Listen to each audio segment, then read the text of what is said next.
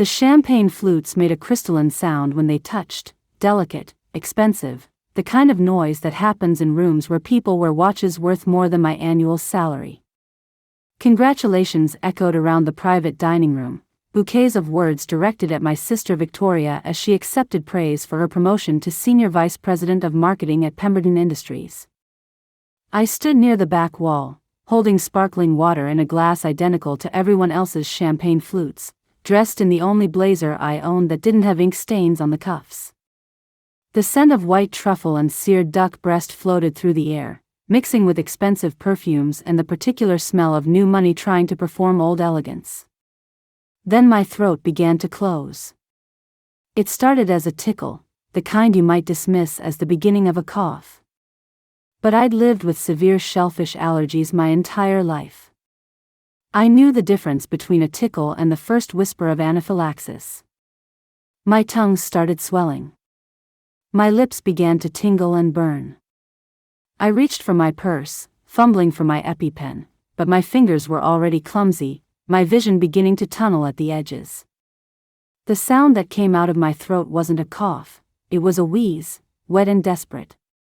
Victoria turned toward me, her expression shifting from radiant to annoyed in the space between heartbeats. "Natalie, don't." I tried to speak, to tell her I was dying, but only a choking sound emerged. "Seriously?" Victoria's voice carried across the suddenly quiet room. "You can't let me have one night? One single night without making it about you?" My knees buckled. I grabbed the edge of a chair, trying to stay upright, trying to reach my purse that had fallen to the floor. The wheezing grew louder, more desperate. I could feel people staring, could sense their discomfort, but no one moved to help. "She does this," Victoria announced to the room, her voice clear and authoritative. "She's always been dramatic. Attention-seeking since we were children." My vision was going dark at the edges. I was going to die while my sister performed for an audience. Then a voice cut through the room like a scalpel. "Someone call 911. Now." Harrison Whitmore, CEO of Whitmore Archival Solutions, the most respected name in document preservation on the East Coast, the man who'd spent 20 minutes talking to me about medieval manuscript conservation techniques before dinner, was suddenly at my side. He moved with the precision of someone who'd handled emergencies before, his hand already reaching into his jacket pocket. "I have an EpiPen," he said, his voice calm but urgent. "Natalie, I'm going to administer epinephrine. Nod if you understand." I managed the smallest movement of my head. The injection burned through my thigh like liquid fire, but almost immediately, I could feel my throat opening, air rushing back into my lungs in ragged, painful gasps. Harrison kept his hand on my shoulder, steady and grounding. "Breathe slowly. The paramedics are coming. You're going to be fine." Victoria stood frozen, her face pale, her mouth slightly open. Harrison looked up at her, and his expression was something I'd never seen directed at my sister before, absolute horror, mixed with cold, assessing disgust. "What the hell did you give her?" he asked, his voice quiet but carrying. But I had no idea what was coming next. Let me back up to explain how I ended up at my sister's celebration dinner in the first place, and why Harrison Whitmore knew I needed epinephrine before anyone else in that room understood what was happening. I'm a rare books conservator. It's the kind of profession that makes people's eyes glaze over at parties when I try to explain what I do. I spend my days in a climate-controlled workshop in the basement of the Preservation Institute, working with documents that are sometimes 500 years old, repairing damage caused by time, moisture, insects, improper handling, and human carelessness. I work with fragile things. I know how to protect them. My sister Victoria, on the other hand, worked in marketing, a field our parents understood and valued. She wore designer suits, attended networking events, spoke confidently in rooms full of powerful people. She was the golden child, the success story, the daughter they bragged about at their country club. I was the weird one who worked with dead people's books. The dinner was supposed to celebrate Victoria's promotion to SVP at Pemberton Industries, a cosmetics conglomerate with offices in 12 countries. Our parents had insisted I attend, despite my protests that I had a deadline for a restoration project, a 1543 herbal manuscript with water damage and friable parchment that required delicate attention. "Family comes first, Natalie," my mother had said on the phone, her voice carrying that particular tone that meant disagreement wasn't an option. "Victoria specifically requested that you be there." It would mean so much to her. That should have been my first warning. Victoria never specifically requested my presence anywhere. But I went, because that's what I did. I showed up. I smiled. I stood quietly in corners and let Victoria shine. The dinner was at Augustine's, a 3-star restaurant where reservations required 3 months' notice and connections. The private dining room had floor-to-ceiling windows overlooking the city, crystal chandeliers that cast everything in warm amber light, and place settings that probably cost more than my monthly rent. I arrived exactly on time, wearing my best blazer over a simple dress, my hair pulled back in the neat bun I wore to work. Victoria was already there, resplendent in a cream silk suit that probably cost $4,000, holding court with a circle of colleagues and executives. She saw me enter and her smile tightened almost imperceptibly at the corners. I'd learned to read those micro-expressions over 26 years of being her sister. "Natalie," she called out, her voice bright and false. "Come meet everyone. This is my little sister, she works with old books." The way she said it made my profession sound like a hobby, something quaint and unserious. I shook hands, smiled politely, accepted a glass of sparkling water from a server who looked concerned when I specified no ice, no garnish, just water. I'd learned to be specific about what I consumed in public spaces. My shellfish allergy wasn't the mild kind that gave you hives, it was the kind that could kill me in under 10 minutes without immediate medical intervention. Victoria knew this. We'd grown up together. She'd watched me go to the emergency room twice as a child, had been there the time I nearly died at a friend's birthday party because someone's mother thought just a little bit of shrimp paste wouldn't hurt anyone. I always carried 2 EpiPens. Always. The dinner proceeded with the careful choreography of corporate celebration. Speeches were made. Victoria glowed under the attention, accepting congratulations with perfectly practiced humility. I stood near the back, trying to be invisible, mentally calculating how soon I could leave without causing offense. Then Harrison Whitmore arrived, late, apologetic, explaining that he'd been caught on a call with a museum in Florence about a Dante manuscript. I knew who he was, of course. Everyone in document preservation knew Harrison Whitmore. He was a legend in our field, the man who'd revolutionized archival storage solutions and built a multi-million-dollar company from technical expertise and genuine passion for preservation. What I didn't expect was for him to recognize me. "Natalie Brennan," he said, his face lighting up. "I read your article in the Journal of Paper Conservation about the leaf casting technique for fills in vellum. Absolutely brilliant work." I felt my face flush with pleasure and surprise. "Thank you. Your work on climate control systems has saved countless collections."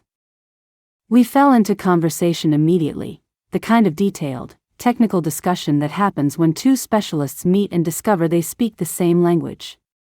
He asked about my current projects. I told him about the herbal manuscript, the challenge of stabilizing the parchment without compromising the original binding structure.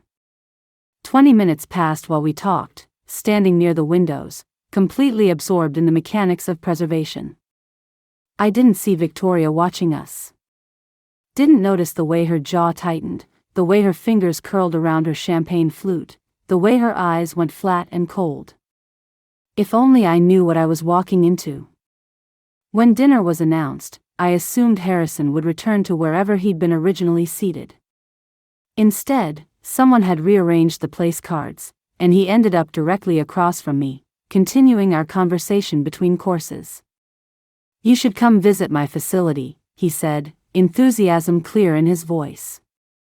We've just installed a new system for large format document preservation. I think you'd find it fascinating, and frankly, we could use someone with your expertise on medieval materials. Have you ever considered consulting work? It was the kind of opportunity that could change a career. The kind of conversation that opened doors. Victoria, seated at the head of the table 5 chairs away, was staring at me with an expression I couldn't quite read. Not anger, exactly. Something colder. The first course arrived, seared scallops with microgreens and citrus foam. I'll take the vegetarian option, please, I told the server immediately, before they could place the plate in front of me. The server looked confused. The vegetarian course is a mushroom risotto, miss. It comes later. That's fine. I can't eat shellfish. Victoria's voice carried down the table. Natalie, don't be difficult. Just eat around the scallops. I can't, I said quietly. Cross-contamination. Harrison was watching this exchange with interest, his expression thoughtful. My sister is very particular about food, Victoria announced to the table, her tone light but with an edge underneath. Allergies, sensitivities, special requirements. Always something. The server removed my plate and promised to bring the mushroom risotto early. I felt the familiar burn of embarrassment, the sense of being a problem, an inconvenience, a person who required special accommodations. But Harrison just said mildly, anaphylaxis is nothing to mess with. I keep an EpiPen in my jacket specifically because I've seen too many close calls at conferences and dinners. Better to be prepared. Something passed across Victoria's face, interest, maybe, or calculation. She smiled at Harrison, the dazzling smile she used when she wanted something. You're so thoughtful, she said. Not everyone understands how serious allergies can be. The irony of that statement wouldn't become clear until later. Dinner proceeded through multiple courses. My mushroom risotto arrived, perfectly prepared, completely safe. Harrison and I continued our conversation. He told me about a position opening up at his company, a senior conservator role focusing on medieval manuscripts and early modern documents, with a salary that was triple what I currently made. Think about it, he said, handing me his business card. I'm serious about the consultation work too. I'll have my assistant send you some information. Victoria's expression was carved from ice. The dessert course was announced, a selection of French pastries and a special chocolate tranche. I was starting to relax, thinking the evening was nearly over, that I'd somehow survived my sister's celebration dinner without major incident. The server placed a small cup of soup in front of me, described as a butternut squash and ginger amuse-bouche, a palate cleanser before dessert. This is the special preparation, the server said, smiling. Your sister requested it specifically for you. I looked down the table at Victoria. She was watching me, her expression unreadable. I thought you might enjoy something warm, she called out. You always loved butternut squash soup. I asked the chef to make a special batch, just for you. It was such an unexpected gesture of thoughtfulness that I felt tears prick at my eyes. Maybe I'd misread her expression earlier. Maybe she was actually trying to include me, to show affection in her own way. That's so sweet, I said, genuine warmth in my voice. Thank you, Victoria. She smiled, and something about it made my skin prickle with unease, but I pushed the feeling down. The soup was beautiful, silky smooth, garnished with what looked like crispy sage leaves and a drizzle of cream. The scent was rich and earthy, with the warm bite of ginger. I lifted the spoon to my lips. And that's when my throat began to close. I didn't see it happen, but I pieced it together later from witness statements and my lawyer's investigation. 3 days before the dinner, Victoria had sent a message to the event coordinator at Augustine's. My sister has severe allergies. Could we get a list of all ingredients used in the meal? I want to make sure everything is safe for her. The coordinator, impressed by Victoria's apparent concern, sent over detailed ingredient lists for every course. 2 days before the dinner, Victoria's search history showed specific queries: shrimp paste in Asian cooking, trace amounts shellfish allergy reaction, symptoms look like panic attack, how much shellfish causes anaphylaxis, can you hide shrimp taste in soup? 1 day before the dinner, Victoria called Augustine's chef directly. I have the phone records. The conversation lasted 12 minutes. According to the chef's later testimony, Victoria explained that she wanted to surprise me with a special soup that included traditional Asian flavors, because I'd recently expressed interest in Thai cuisine. She specifically requested that the butternut squash soup be enhanced with a small amount of shrimp paste, just for depth of flavor, nothing overpowering. The chef, a man named Philippe Marchand with 30 years of experience and a Michelin star, asked about allergies. Victoria assured him that I was fine with shellfish and that my previous restrictions had been due to a pregnancy that was now over. I have never been pregnant. But Philippe, busy with preparation for a high-profile dinner service, trusted the sister's word. He added approximately 1 tablespoon of shrimp paste to a small pot of butternut squash soup, enough for a single serving. He thought he was helping create a thoughtful surprise. The soup was delivered to me with Victoria's fabricated story about thoughtfulness and childhood favorites. And I, desperate for any scrap of affection from my sister, believed her. The first taste hit my system like poison because that's exactly what it was. To my body, shellfish proteins trigger an immediate and catastrophic immune response. I've tried to remember the exact sequence of events that followed, but anaphylaxis has a way of fragmenting memory. Everything becomes snapshots, disconnected moments. Snapshot: the taste of ginger and something else, something that made my tongue feel immediately wrong. Snapshot: dropping the spoon, hearing it clatter against the bowl. Snapshot: my throat beginning to swell, the sensation of my airway narrowing. Snapshot: reaching for my purse, my EpiPen, but my hands were already clumsy, my fine motor control disappearing. Snapshot: the wheezing sound coming from my throat, wet and desperate and animal. Snapshot: Victoria's face, her expression shifting from watchful to performative concern. Snapshot: her voice, clear and dismissive, she does this. She's always been dramatic. What I remember most clearly is the feeling of betrayal, sharper than the physical pain, more terrifying than the sensation of suffocation. Because in that moment, even as I was dying, I understood that this wasn't an accident. Victoria was watching me with the expression of someone observing an experiment, waiting to see results. I tried to stand, to get to my purse on the floor, but my legs wouldn't cooperate. I grabbed the edge of the table for support and the entire place setting rattled, crystal and china making delicate sounds that felt obscene given that I was dying. "Natalie, stop making a scene," Victoria said, her voice sharp. Someone near me, I couldn't see who through my darkening vision, said uncertainly, "I think she's actually choking." "She's fine," Victoria said firmly. "She just wants attention. She's done this before at family events." That was a lie. I had never done this. But Victoria said it with such confidence, such authority, that I could feel the room accepting her narrative. I was dying, and my sister was convincing people that I was performing. Then Harrison's voice cut through everything. "Someone call 911. Now." The next part happened fast. Harrison at my side, his hand steady on my shoulder. The burn of epinephrine injecting through my thigh, he'd gotten my dress out of the way somehow, administered the shot with practiced precision. Air rushing back into my lungs in painful gasps. "Breathe slowly," he said, his voice calm. "You're going to be fine."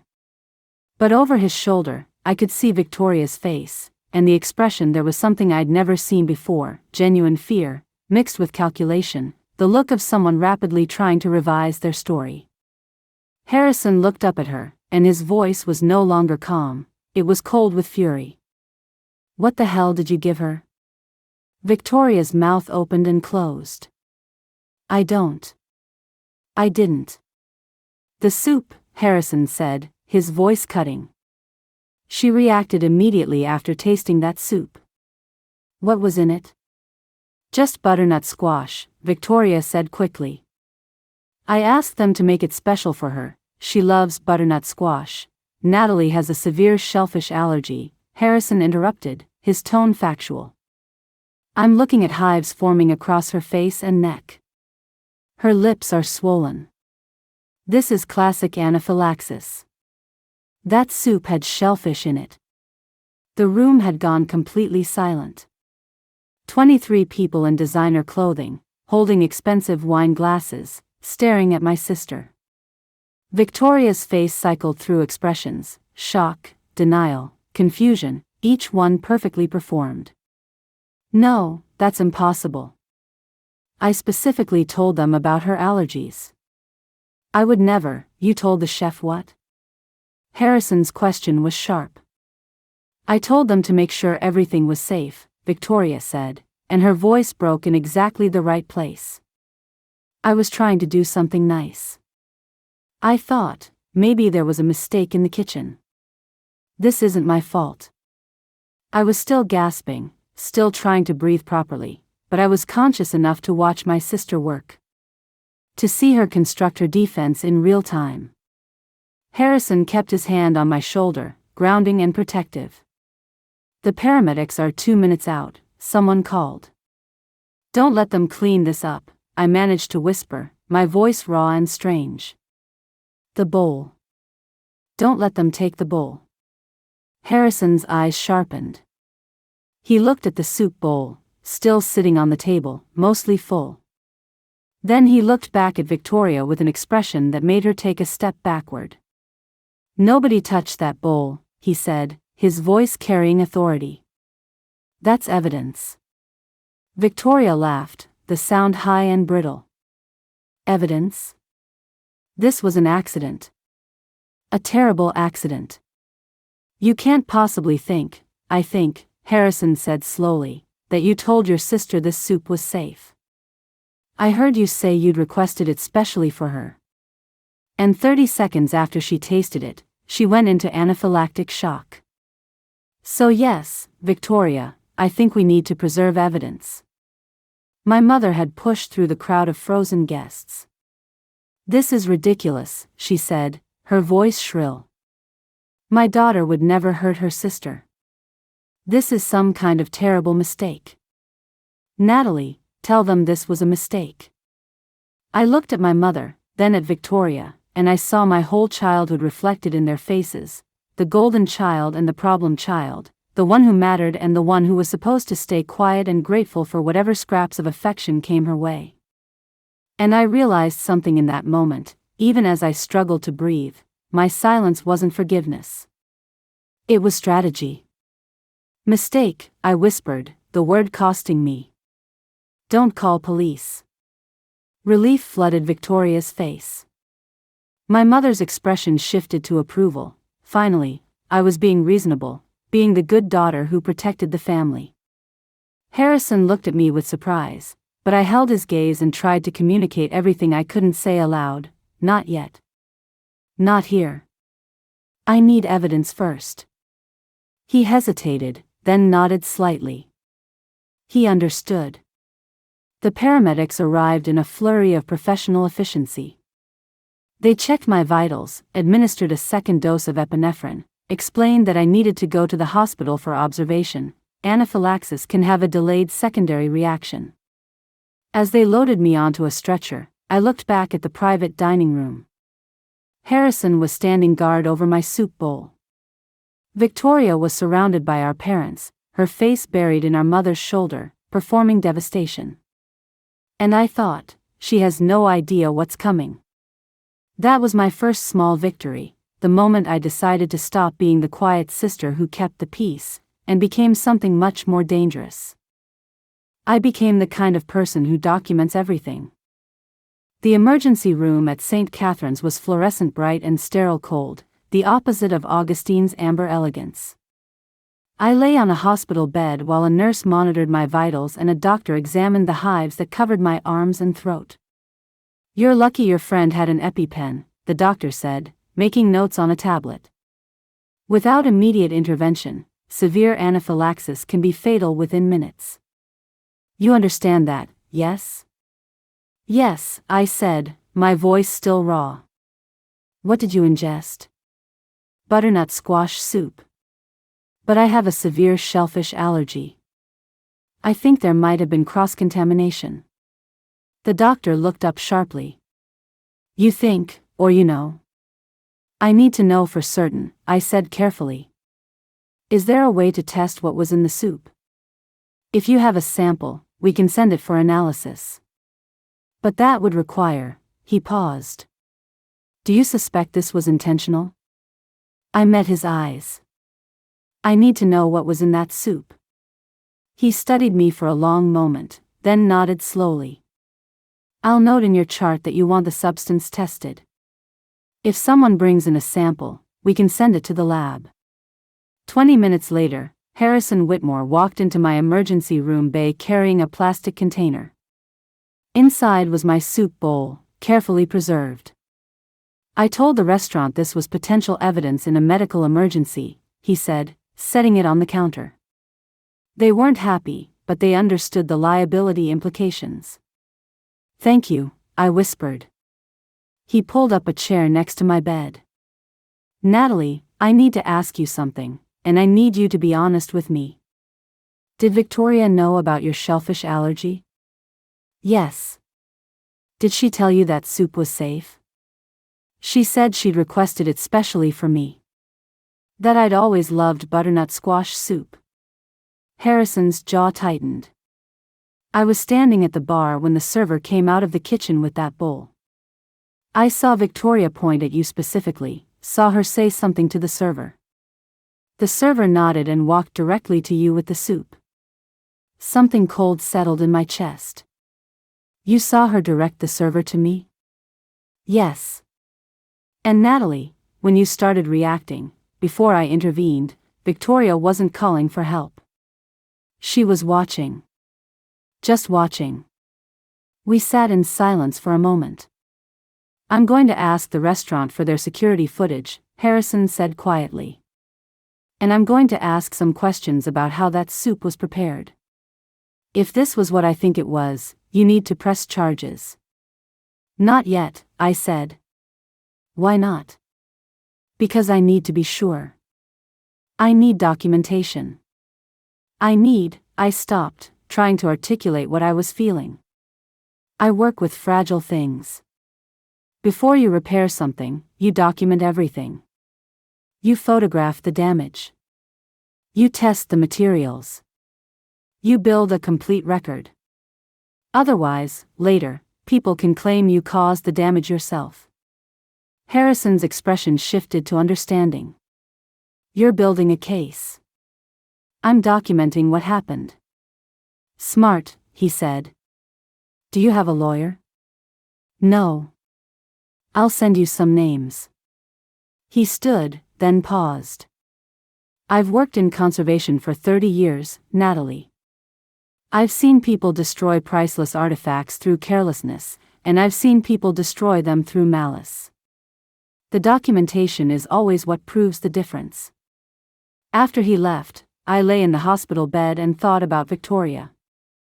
My sister had always been jealous of anything I received: attention, praise, opportunities.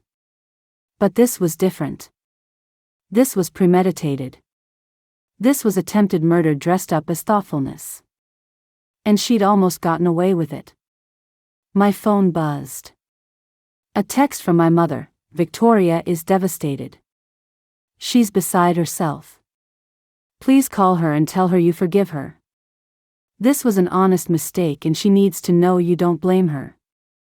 I stared at the message for a long time. Then I texted back, "I'm being monitored for secondary reaction. We'll call tomorrow." I didn't forgive her. I didn't blame myself for her devastation. And I was absolutely going to make sure she faced consequences. But first, I needed to know exactly what she'd done. The next morning, a nurse brought me my breakfast and the results of the soup analysis. The lab had found exactly what I expected: butternut squash, ginger, cream, sage, and approximately 1 tablespoon of concentrated shrimp paste. Enough to kill someone with severe allergies, the doctor said when he came to discharge me. This wasn't trace contamination. This was a significant amount of allergen. Can you put that in writing? Already done. The report will be part of your medical records. I was discharged with prescriptions, instructions, and follow-up appointments. But what I really needed was sitting in my email inbox when I got home: a message from Harrison with contact information for 3 lawyers who specialized in intentional torts and assault cases. I called the first one, a woman named Margaret Chen, whose reputation made opposing counsel nervous. "Ms. Brennan," she said when her assistant connected us. "Harrison Whitmore gave me a brief overview of your situation. Can you tell me exactly what happened?" I told her everything, starting with Victoria's jealous reaction to Harrison's attention, ending with the soup bowl now in police evidence storage. Margaret was quiet for a moment after I finished. "Then, you understand this wasn't an accident?" "Yes." "You understand your sister deliberately poisoned you?" The word hung in the air between us: poisoned. It sounded melodramatic, like something from a Gothic novel. But it was also accurate. "Yes," I said. "Good. Because the first thing we need to establish is that you're not confused about what happened.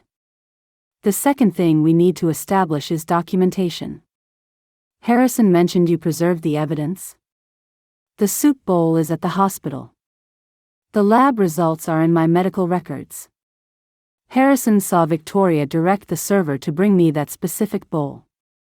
"And you can prove Victoria knew about your allergies?" "Medical records going back to childhood. Family emails discussing my allergies. My parents are both listed as emergency contacts on my allergy information forms." "Excellent.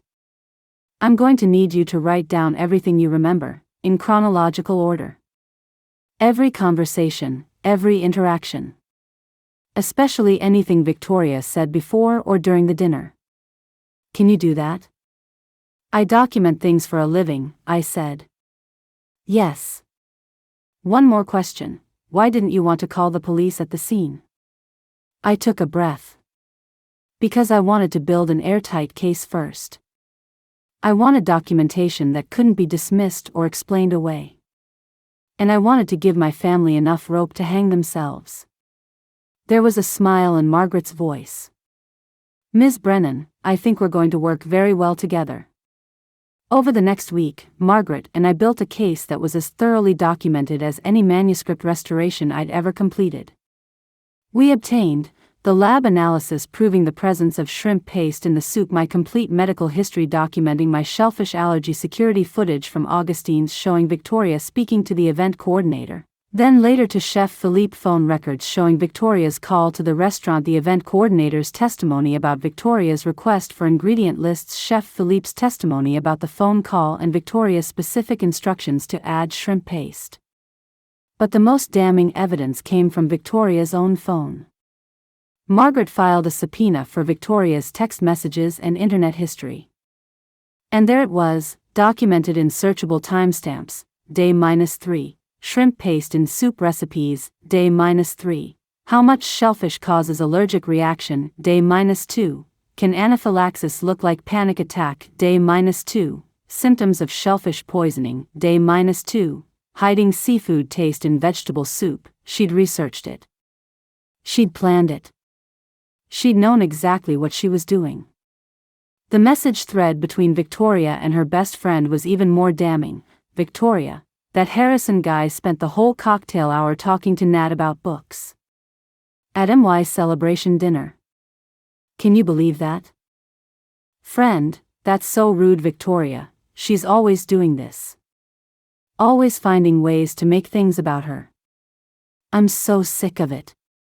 Friend: What are you going to do?" Victoria: "I'll think of something." 3 hours later, Victoria had called Augustine's chef. Margaret compiled everything into a comprehensive brief. Medical documentation. Witness statements. Physical evidence. Search history. Text messages. A complete timeline showing premeditation. This is attempted murder, Margaret said when we reviewed the documents. Or at minimum, aggravated assault with intent to cause serious bodily harm. The DA would absolutely prosecute. What's the sentence for something like this? In this state? With premeditation and use of a weapon, which poison legally qualifies as, we're looking at 8 to 15 years in prison. I thought about Victoria in prison. Orange jumpsuits and concrete cells and bars. It wasn't what I wanted. What are my other options? I asked. Margaret leaned back in her chair, studying me. You want civil litigation instead. I want her to lose everything that matters to her. Her career, her reputation, her financial security. Prison would almost be easier, she'd be a victim then, someone who made a terrible mistake and paid for it. I want her to walk free and watch everything she built crumble around her. That, Margaret said slowly, is much more satisfying. And legally, we can absolutely do that. But you need to understand, civil cases don't have the same weight. If we go civil instead of criminal, she never goes to prison. Can I file criminal charges later if I need to? Yes. The statute of limitations gives you several years. Then let's start with civil. I want her money, her career, and her reputation. In that order. Margaret smiled, the expression sharp and professional. Then let's talk about damages. My family believed I was recovering and deciding to forgive. My mother called every day, her voice anxious and pleading. Victoria is devastated, Natalie. She's beside herself. Please call her and tell her you forgive her. This was an honest mistake and she needs to know you don't blame her for this terrible accident. I'm focusing on my health right now, I said, my voice carefully neutral. Of course, of course. But maybe you could send her a text. Just to let her know you're not angry. I'll think about it.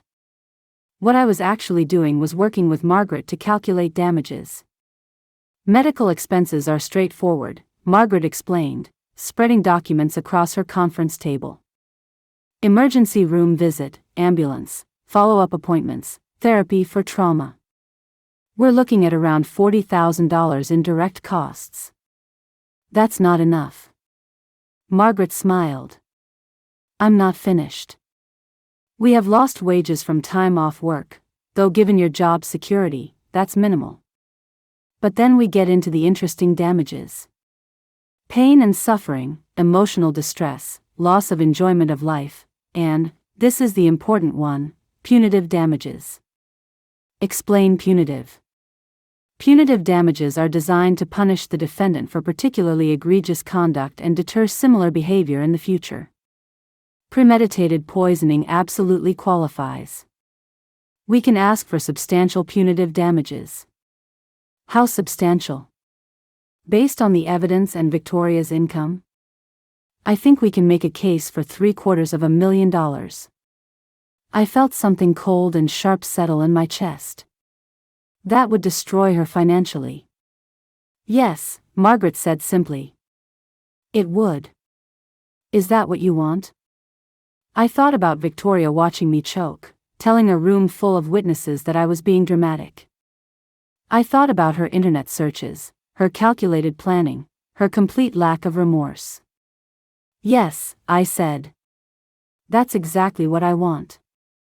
While Margaret built the legal case, I returned to work. The Preservation Institute welcomed me back with genuine concern. My boss had sent flowers to the hospital, my colleagues had covered my projects, everyone treated me with careful kindness. I worked on the 1543 herbal manuscript, repairing water damage with the same methodical precision I was using to document Victoria's destruction. The work was meditative, testing parchment for stability, mixing wheat starch paste for fills, carefully lifting and supporting fragile leaves. I work with fragile things. I know how to protect them. Harrison called twice during that first week back. The first time to check on my health, the second to formally offer me a consulting position. "The position is yours if you want it," he said. 3 days a week, full benefits, salary of $90,000 annually. You'd be working on our medieval manuscript collection and training our preservation team on historical techniques. It was more than double my current salary. It was the kind of opportunity that would transform my career. "When do you need an answer?" "Take your time." "But Natalie, I meant what I said at dinner. Your work is exceptional. This isn't charity. This is me wanting the best conservator I can find." After we hung up, I sat in my climate-controlled workshop, surrounded by careful tools and damaged beautiful things waiting to be restored, and I made a decision. I was going to take that job. I was going to use the settlement money from Victoria to fund my own business eventually.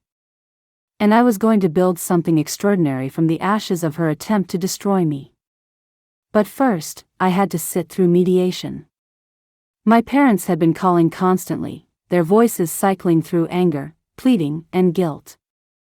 "How can you do this to your sister?" my father demanded during one call. "She made a mistake. A terrible, horrible mistake, but it was still a mistake. You're going to destroy her life over an accident?" "It wasn't an accident," I said quietly. "Of course it was. She would never deliberately hurt you. Your sisters." "Dad, she researched how to poison me. The internet searches are time-stamped. She planned this for 3 days." Silence on the other end. "Then, that doesn't prove anything. People search things out of curiosity. It doesn't mean," she told the chef to add shrimp paste to soup she knew I would eat. She told him I was fine with shellfish. She lied to get him to poison me. "You're being dramatic." I'd heard those words my entire life. Victoria's constant refrain, echoed by our parents whenever I had the audacity to need something, to take up space, to exist inconveniently. "I nearly died," I said. "That's not dramatic. That's factual. And Victoria has apologized. She's devastated. What more do you want from her?" "Everything," I thought. "I want everything she has." But what I said was, I want her to face consequences. My mother tried a different approach.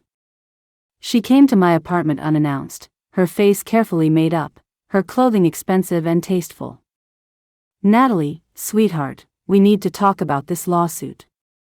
"There's nothing to talk about. $750,000? That's not about justice, that's about revenge."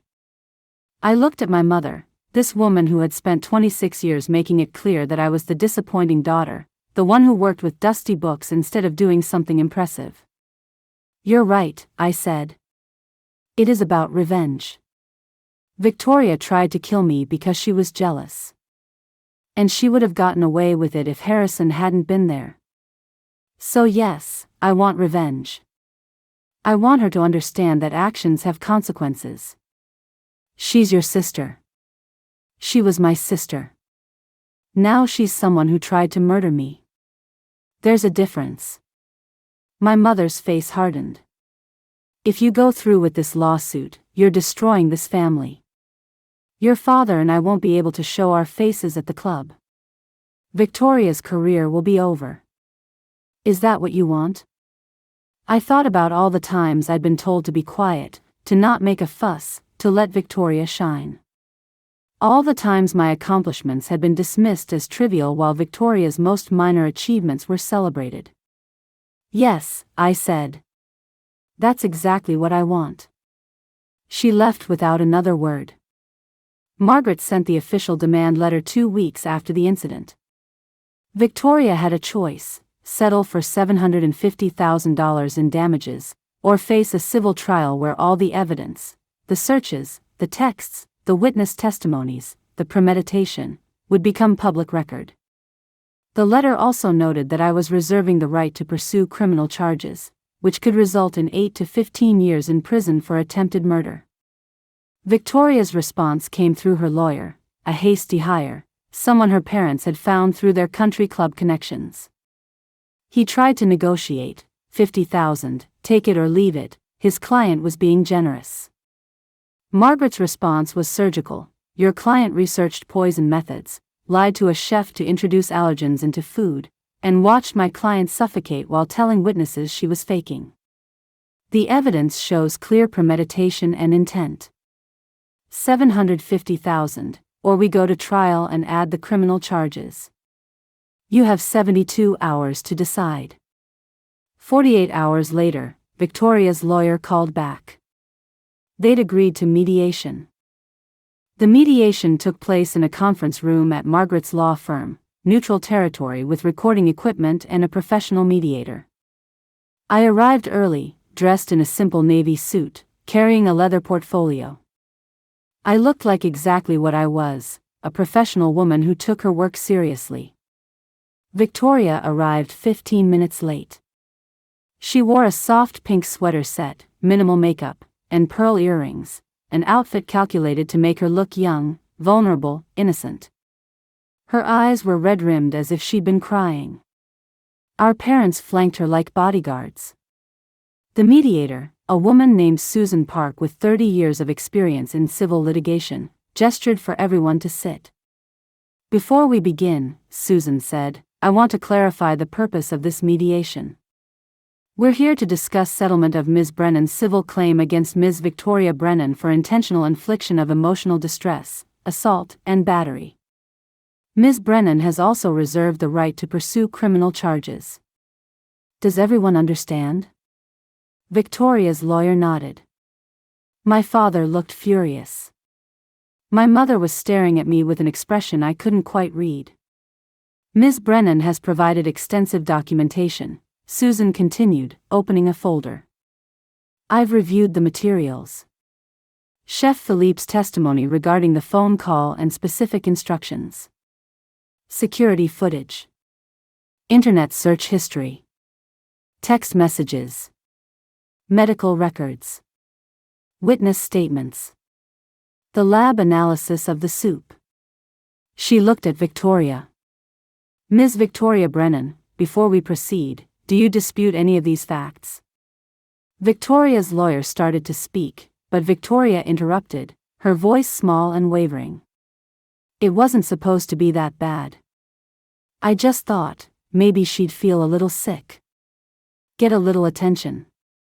I didn't know it would be so serious.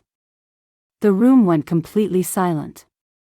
Her lawyer closed his eyes in evident pain. Margaret leaned forward slightly, her expression neutral, but I could see the satisfaction in her eyes. Victoria had just admitted intent. So you acknowledge, Susan said carefully, that you deliberately caused your sister to ingest an allergen? I didn't mean for her to almost die, Victoria said, tears streaming down her face now. I was just so angry. She was supposed to be there to celebrate me, and instead Harrison spent the whole evening talking to her about stupid books, and everyone was paying attention to her instead of me, and I wanted her to feel bad for once. To know what it's like to be overlooked. My mother made a small sound of distress.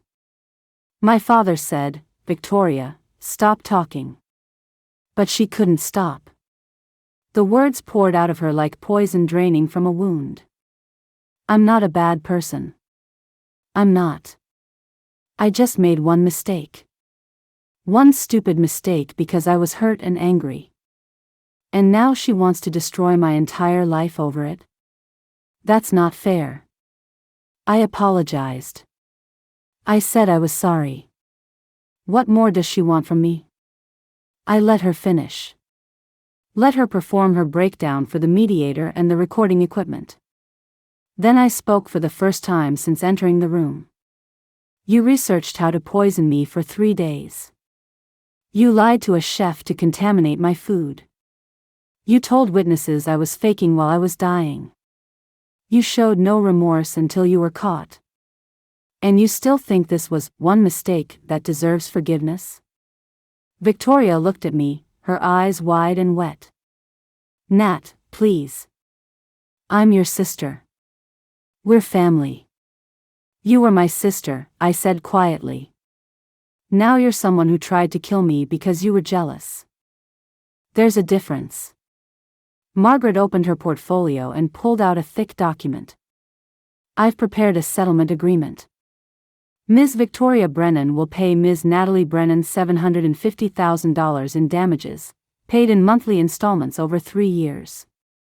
The first payment of $25,000 is due immediately, with subsequent monthly payments of $20,000 until the full amount is paid. That's impossible, my father said. Victoria doesn't have that kind of money. Then she'll need to arrange financing, Margaret said calmly. Or face criminal charges with a potential sentence of 8 to 15 years in prison. Victoria's lawyer cleared his throat. My client's annual salary is $90,000. After taxes, she can't afford $20,000 monthly payments. Then I suggest she find additional income sources, liquidate assets, or request assistance from family members. Margaret pulled out another document. Alternatively, if Mr. and Mrs. Brennan are willing to co-sign and guarantee the payments, we can structure a secured agreement. My father looked like he'd been slapped. You want us to pay for Victoria's mistake? I want Victoria to pay, I said. But if she can't afford it, and you'd prefer she not face criminal charges, then yes, you can help her pay. My mother was staring at me with something that might have been respect or might have been horror. You really would let them arrest her? In a heartbeat. The mediation lasted 4 hours. Victoria cried. My parents argued. Her lawyer tried various negotiation tactics. But the mathematics were simple, $750,000 or prison. In the end, they signed. Victoria would liquidate her investment accounts and savings, approximately $100,000. My parents would co-sign for the remainder, with their house as collateral. The payments would be reported to credit agencies, destroying Victoria's credit rating. And if a single payment was late by more than 15 days, I could immediately file criminal charges. One more thing, Margaret said as we prepared to sign the final documents. Ms. Victoria Brennan will provide a written apology, to be entered into the official record, acknowledging her actions and accepting full responsibility. No minimization. No excuses. Victoria's hand shook as she wrote it. The final text was brief. I deliberately contaminated Natalie's food with an allergen I knew could kill her. I did this because I was jealous of the attention she was receiving. I lied to the chef. I watched her suffer. I am completely responsible for my actions. She signed it. The mediator notarized it. It became part of the permanent legal record. As we stood to leave, my mother grabbed my arm. How can you do this to us? To your own family? I looked at her hand on my arm, then at her face. You stood by and watched Victoria try to destroy me my entire life. You celebrated her cruelty and punished me for reacting to it. This isn't me doing something to you. This is me finally protecting myself from you. I walked out of that conference room and didn't look back. The first payment cleared 2 weeks later. $25,000, appearing in my bank account like magic. I stared at the number on my screen for a long time, feeling nothing in particular. Not triumph, not satisfaction. Just a quiet sense of completion, like finishing the last page of careful conservation work and knowing the manuscript was stable, protected, ready for another 500 years. I'd already accepted Harrison's job offer. The work was extraordinary: medieval manuscripts, incunabula, documents of historical significance that required the kind of careful attention I'd spent my career developing. The salary was transformative. The respect was genuine. But what I really wanted was independence. I met with a business advisor, a woman named Patricia who specialized in helping professionals transition from employment to entrepreneurship. "You want to start your own conservation practice," she said, reviewing my notes. "Specializing in medieval and early modern manuscripts, serving museums, universities, and private collectors." "Yes." "What's your seed capital?" $750,000, paid over 3 years. Her eyebrows rose. "That's a substantial amount." "Inheritance?" "Settlement from a civil suit." She didn't ask for details, just nodded and pulled up financial projections. "With that kind of capital, you can build something significant. Commercial space with proper climate control, specialized equipment, professional staff. You could be operational within 6 months and profitable within 2 years." We spent 3 hours mapping out a business plan. By the time I left her office, I had a clear vision: Brennan Conservation, a boutique practice focusing on historically significant documents, with a reputation for meticulous work and absolute integrity. I would build an empire from the ashes of my sister's jealousy. Victoria, meanwhile, was falling apart. I didn't have to dig for information. It came to me through professional networks and mutual acquaintances who didn't realize they were gossip sources. Pemberton Industries had terminated her employment for personal conduct incompatible with company values. HR had been quiet about the details, but word spread quickly in corporate circles. An executive who deliberately poisoned her sister wasn't someone anyone wanted representing their brand. She'd applied to 17 different companies over 2 months. No callbacks. The background checks turned up the civil suit and mediation records. Her carefully curated social media presence, all aesthetic coffee drinks and motivational quotes about ambition, had gone dark. And then came the relationship. Victoria met someone at a networking event, Marcus Hartley, a venture capitalist with family money and an impressive resume. According to mutual friends, he was charmed by her immediately. Drawn to her apparent vulnerability, her story of overcoming a difficult family situation. She moved into his condo within 6 weeks. Posted carefully staged photos of champagne and city views. Performed happiness with the same precision she'd once performed remorse. I watched from a distance, curious about how long it would take. 3 months. That's how long it took for Marcus to discover the truth. He hired a private investigator, standard practice for someone with his level of wealth before making relationship decisions permanent. The investigator found the civil suit records, the mediation documents, Victoria's written confession. Marcus called me directly. Harrison had given him my number. "Ms. Brennan," he said, his voice carefully controlled. "I apologize for the intrusion. I'm calling regarding your sister Victoria." "What about her?" "I've recently learned about events that took place earlier this year. A civil suit regarding an incident at a restaurant. I wanted to verify the facts before taking action. I could have lied. Could have told him it was a misunderstanding, a family dispute blown out of proportion. Instead, I sent him the complete mediation record. 2 days later, Victoria was homeless. Marcus had not only ended the relationship but had contacted mutual friends and business associates to warn them about her documented history of premeditated violence. She moved back in with our parents, into her childhood bedroom with the pink wallpaper and participation trophies. My mother called, her voice shrill with fury.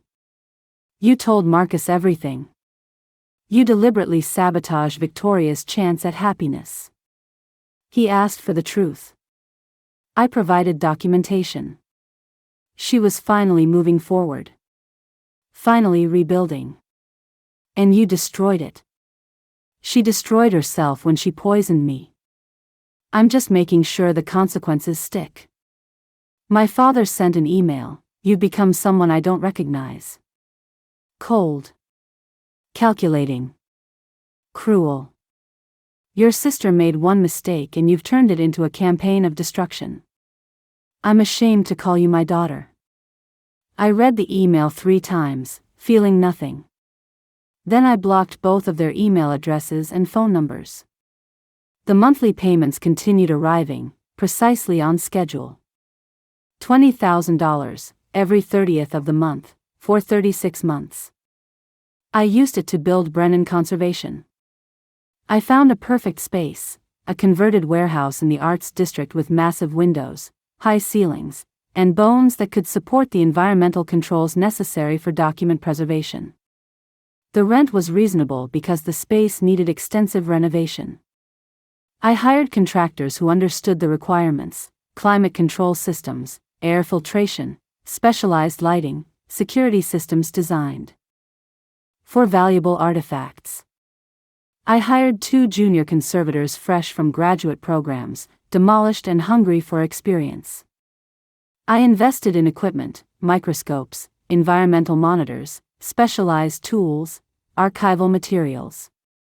Harrison sent me my first 3 major clients, museums and universities that needed expert conservation work and were willing to pay premium rates for it. Within 8 months, Brennan Conservation was profitable. Within 14 months, I was turning away projects because we were booked 6 months in advance. Within 20 months, I hired 2 more conservators and moved into a larger space. By the time the final payment from Victoria cleared, the 36th payment, marking 3 years since mediation, my business was valued at $2.7 million. I'd turned $750,000 in settlement money into an empire built on expertise, reputation, and the kind of meticulous attention to detail that comes from understanding exactly how fragile things can break. I never reached out to Victoria. Never checked her social media, never asked mutual friends about her situation. But information still reached me anyway. She was working at a tax preparation franchise in a strip mall, making $14 an hour. Living with our parents in her childhood bedroom. Her career in marketing was over. No company would touch her after the background checks revealed the civil suit. She'd tried to restart her social media presence multiple times, always deleting the accounts after a few weeks when engagement was non-existent. Our parents had downsized significantly after paying off the settlement. Their house had been remortgaged twice to cover the payments, and they'd eventually sold it for something much smaller. The last I heard, they were both still working despite being retirement age, still bitter, still blaming me for not forgiving and forgetting. But their opinions had become something distant and irrelevant, voices from a country I'd emigrated from, speaking a language I no longer needed to understand. I would show her what happens when you push someone who has spent their whole life being careful. And I had. 1 year after the final settlement payment cleared, I stood in my conservation studio on a Tuesday morning, surrounded by the quiet sounds of meaningful work. Dust motes drifted through slanted sunlight from the massive north-facing windows. The air smelled of aged paper and lemon oil, wheat starch paste and leather dressing, the particular scent of careful restoration, of taking broken beautiful things and making them whole again. I was working on a project that had arrived the week before, a 1,532 book of hours with illuminated margins, water-damaged and foxed, the vellum pages fragile as moth wings. The client was a private collector who'd noting me specifically because Harrison Whitmore had recommended my work. My junior conservators, both now confident professionals after 2 years of training, were at their own workstations, treating separate projects with careful precision. Soft classical music played from hidden speakers. The temperature was a constant 68 degrees, the humidity held steady at 45%. This was my empire. My sanctuary. My life. My phone buzzed with a notification. The final settlement payment had fully cleared escrow, 3 years of monthly payments, completed exactly on schedule, every legal obligation satisfied. I felt nothing in particular. Not satisfaction, not triumph, not even relief. Just a quiet sense of completion, like turning the last page of a project log and knowing the documentation was complete. I set down my tools and walked to the window, looking out at the arts district below.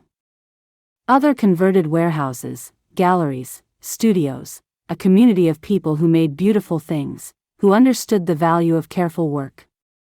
Somewhere across the city, Victoria was probably at her tax franchise, helping someone navigate deduction schedules for $14 an hour. Our parents were probably at work, still bitter about the daughter who'd refused to play along with their narrative. But I didn't think about them often anymore.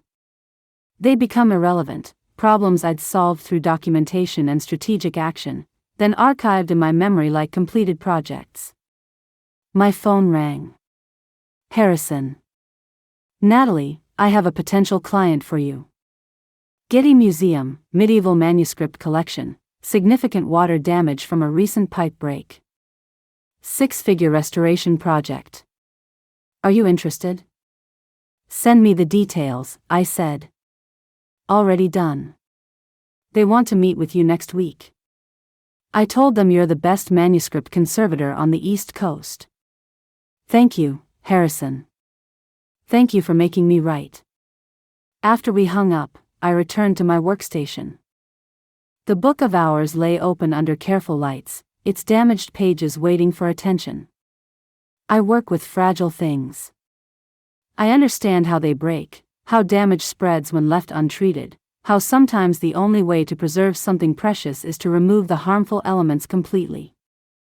I'd learned that lesson in my professional work long before I'd needed to apply it to family relationships. But the principle was the same: identify the damage, document everything, remove the harmful agents, stabilize what remains, and build something stronger from the foundation that survives. Victoria had been a harmful agent. Premeditated jealousy mixed with casual cruelty, corroding our relationship until the only option was complete removal. I'd removed her. I'd documented everything. I'd built something extraordinary from the settlement money she'd paid. And now I was exactly where I'd always wanted to be, respected in my field, financially independent, surrounded by meaningful work and people who valued precision and integrity. The dust motes continued their slow dance through the sunlight. Outside, the city moved through its ordinary Tuesday rhythms. Inside my studio, 3 conservators treated centuries-old documents with careful attention, preserving fragments of history for future generations. My life was whole now. Brilliant. Built on the foundation of boundaries I'd finally learned to enforce. I picked up my tools and returned to work, treating the damaged vellum with patient precision, one careful repair at a time. That evening, after my conservators had left, I received one final piece of information about Victoria, a message from a former colleague who didn't know about the history. Ran into your sister at the coffee shop. She looked rough. Asked if I had any job leads in marketing. Felt bad for her, seems like she's really struggling. I read the message twice, then deleted it without responding. She had tried to kill me because I'd received attention she thought belonged to her. She had researched methods, planned the execution, watched me suffocate while telling witnesses I was being dramatic. And now she was struggling. That was what happened when you weaponized someone's medical condition. When you mistook quietness for weakness. When you assumed the careful person wouldn't fight back. I locked the studio. And walked to my car, a practical sedan, nothing flashy, because I'd learned that real wealth was the kind that bought freedom and security, not status symbols. As I drove home to my apartment in a neighborhood I actually liked, past the coffee shop where I knew every barista's name, I thought about the question Victoria had asked in mediation: what more do you want from me? I'd wanted her to understand that actions have consequences. That attempting murder, even against a quiet sibling, even out of jealousy, even with an apology afterward, meant losing everything that mattered. I'd wanted her career destroyed, her financial security eliminated, her carefully constructed image shattered. And I'd gotten exactly that. Not through violence. Not through public confrontation. Through documentation, legal process, strategic patience, and the same careful precision I used to repair 500-year-old manuscripts. My silence hadn't been forgiveness. It had been strategy. And it had worked. I preserve what's precious, medieval documents, historical artifacts, my own boundaries and peace.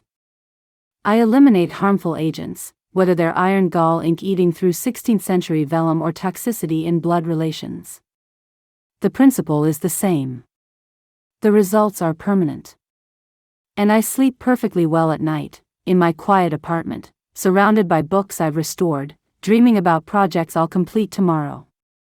Victoria tried to poison me because I'd received attention. I'd turned her attempt into the foundation of an empire. There's a certain poetry in that, the kind that only becomes clear in retrospect, like discovering the artist's corrections hidden under layers of paint in an illuminated manuscript. She'd meant to destroy me. Instead, she'd funded exactly the life I'd always wanted. And that, I thought as I fell asleep that night, was the most satisfying revenge of all. If you liked this story, feel free to subscribe and turn on the bell so you don't miss the next one.